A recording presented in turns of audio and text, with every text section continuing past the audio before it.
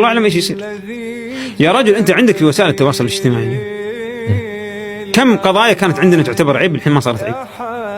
الآن الشخص لما يصور منزل في التيك توك ولا السوشيال ميديا سناب شات وغيره، هذا كان من الكبائر في أعرافنا الاجتماعية، صح؟ قبل 10 سنوات وشيء.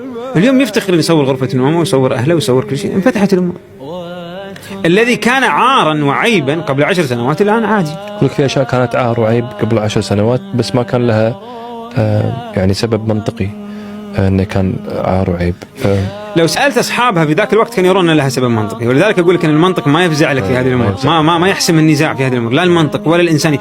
هي مرجعات جيدة في الأشياء المتفق عليها. يعني نحن نحتاج العدل ونحتاج العقل ونحتاج الفطرة لرد الناس إليها، لكن الناس إذا ما أرادوا أن يلتزموا فيها ما في شيء يمنع. لذلك المرجعية الدينية ما ميزتها المرجعية الدينية أن فيها نص فنستطيع أن نتحاكم إليه. يعني لو يوم من الأيام اقتنعنا بأننا عنصريون، أو اقتنعنا بأن على الأقل سنفضل مثلا عرق على عرق، ثقافة على ثقافة، قبيلة على قبيلة، عندنا نص واضح: يا أيها الناس إنا خلقناكم من ذكر وأنثى وجعلناكم شعوبا وقبائل لتعارفوا. خلاص نحن متساوون، غايتنا في هذه الحياة أن نتعارف، والتعارف غايته في النهاية القيام بالقسط. فإذا الرؤية واضحة. ليش؟ في نص. لكن لما تنزع النص عني وتنزع المرجعية المتعالية أصل إلى ما وصل إليه الغرب. مشكلة الغرب أنه نزع عنه المرجعية المتعالية، لم يعد لديه قداسة لشيء. قال لك المرجعية الحرية. طيب الحرية شيء سائل. اليوم أنت ترى الحرية تقف هنا، غدا تقول لي الحرية تقف هناك، بعد إلى آخره. فماذا نفعل؟ لا يوجد حل. لذلك سيستمر الغرب في الانزلاق إلى أن يصطدم في القاع ويكون صوت عالي جدا، بعدين يستيقظ يقول لك وين الدين يفزع لي؟ أين الدين كي ينقذني مما أنا فيه؟ سيأتي هذه اللحظة، لأنه الآن بدأ يتدحرج بشكل غير طبيعي.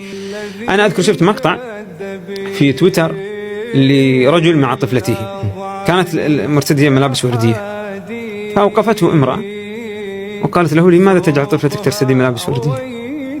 قال: بنت. قال: لا تحكم عليها، انتظرها تكبر وهي تقرر إذا كانت تريد أن تكون بنت أو ولد. طبعا الرجل ما استطاع أن يرد عليه، فما قال لها أنت مجنونة.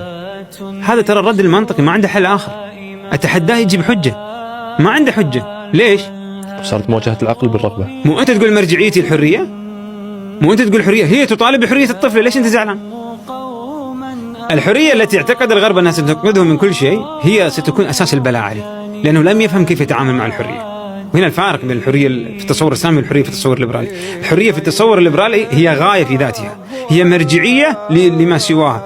أما الحرية في الإسلام فهي وسيلة للقيام بالقسط، هي قيمة ضمن مرجعية أكبر، وبالتالي هي منضبطة.